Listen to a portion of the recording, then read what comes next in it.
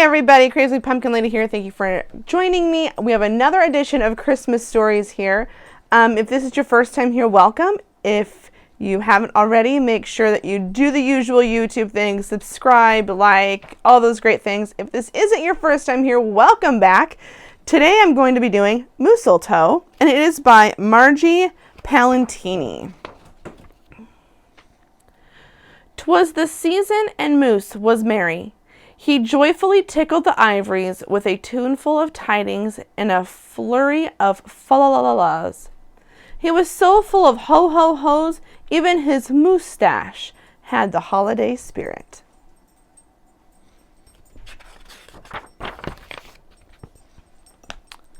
But Moose was more than just a bit merry and bright. He was busy, busy, busy. There was a lot to be done on his list of to-dos, but with orderly organization, a bit of reimagination, lots of imagination, and just plain old Moose know-how, getting ready for the big day should have been simple, easy, yes, in all probability, just perfectly perfect.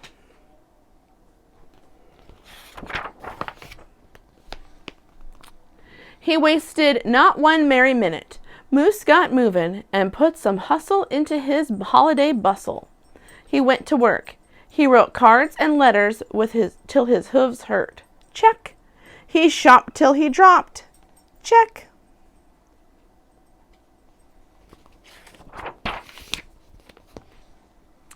He hustled home boxes and bags and presents galore. Moose had gifts for everyone stacked from ceiling to floor. Check, check, check. Then he rapped yo, yo, yo, and he ribboned ho, ho, ho, and on each and every package he tied a big, beautiful bow.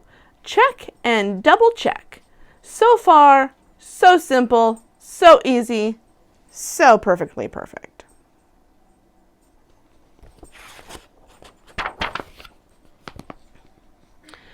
Another look at the list, and Moose headed for the kitchen. He pulled out the pots, pans, and bowls, sifted through stacks and racks of cookbooks. He whistled with his left, spooned with his right. Moose baked tons of tins of cookies. Check. Dozens of cakes, breads, and sweets. Check, check, check. He made jellies, sticky jams. Moose roasted a goose and some chestnuts. He toasted marshmallows and yams. Check, check, check, triple check. Yes, yes, so simple, so easy, but of course, so perfectly perfect.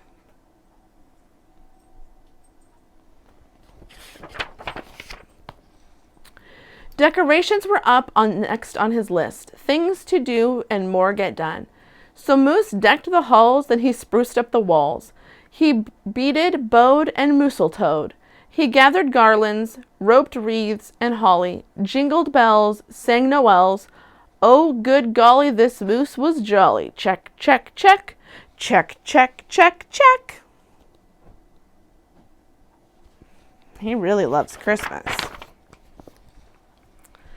Last but not least, he hung all the stockings, each and every one with special care.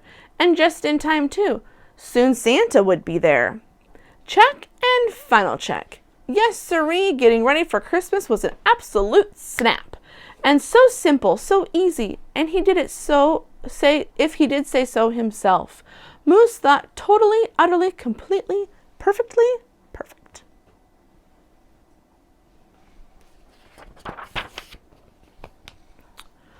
On that night before Christmas, Mother, Little Sis, Bucky, and Junior looked all through the house.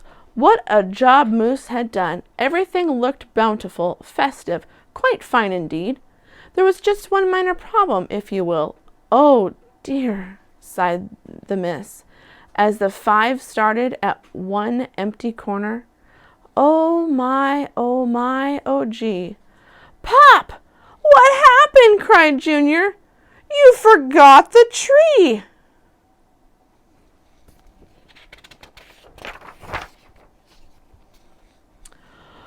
Oops! Where would they hang their tinsel?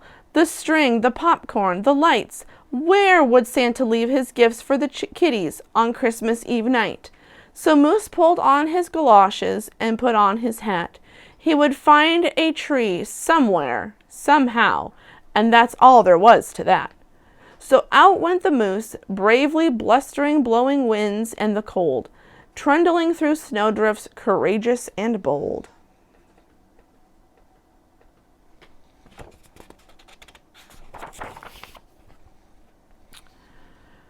Moose first hoofed it down to the corner, not a tree to be had. Then he slid around the block. Oh no, things were looking bad. He went back down every boulevard, street, and little road. He looked down lanes and alleys. Every tree had been sold. There wasn't a branch, not a twig, not even a lousy bolus bound hanging around. Nope, nada, nothing. Not a tree to be found.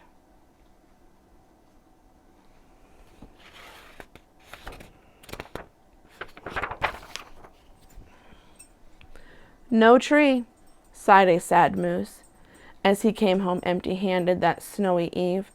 The kids tried to make the best of it. They said, "Oh, so who needs a tree?" But Moose could plainly see that they were short on the glee. He knew he had to do something, and that's just what he did.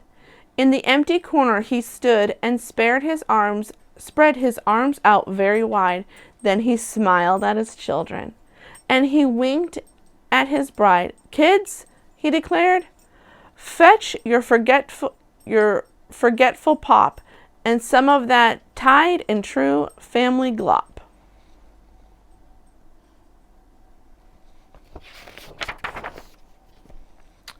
So back came the kids, carrying a big pot of glue, and without a word to one another, they knew just what to do.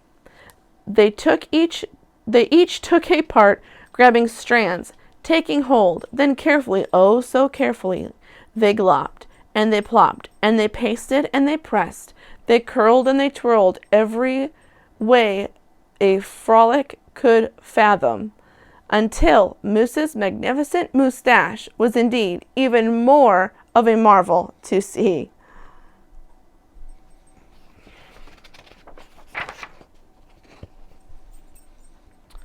Moose was just a few needles shy of being an evergreen tree. They strung Moose with lights from his head to his toes, and draped him with tinsel, beginning right with his nose. They hung balls that were shiny and bells that twinkled, candy canes, berries, and plums, sugar sprinkled. Then they all stood back. Junior plugged in his pop. Ooh, ah! Yes, Moose truly was one incredible sight. He was glorious and glowing, and boy, oh boy, was he ever bright.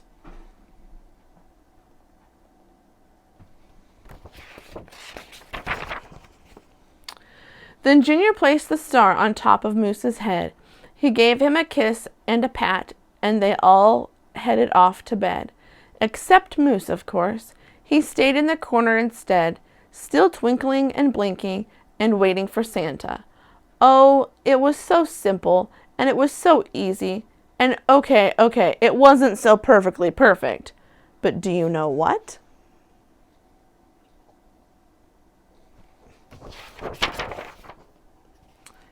It was pretty close. Ho, ho, ho. All right, thank you guys for joining me. Make sure, like I said, that you like and subscribe to this channel for another Christmas story. Stay warm, stay dry. Merry Christmas. I love ya.